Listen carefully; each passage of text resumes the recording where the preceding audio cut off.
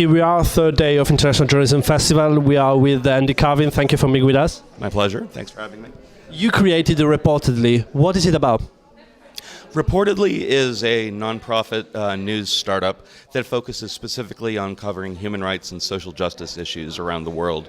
But we do it specifically through the lens of social media by tracking activists to see what they're doing through social media, to tell stories based around how they're experiencing things online. You won many awards covering the revolution in Tunisia through Twitter. How you did it in concrete? Can you tell us how you covered it?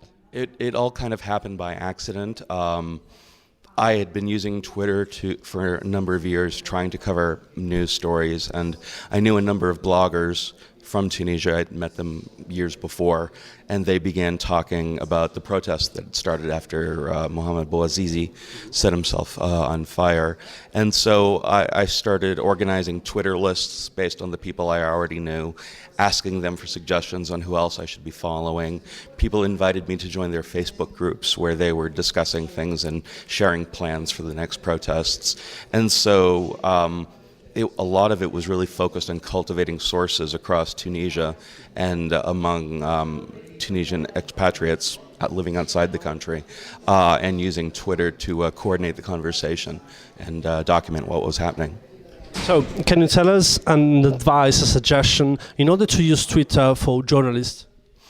Well, it's you could spend an entire day at a conference just trying to get the basics of how to do it. And the key thing is you have to be very humble in how you use Twitter. If you come across as a know-it-all journalist who has all the answers and just wants to share their latest stories, no one's going to take you seriously.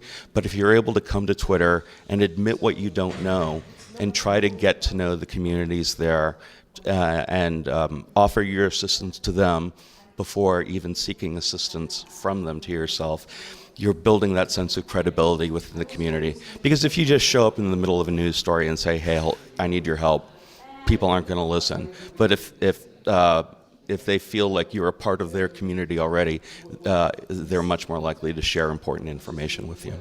Thank you very much. Thank you.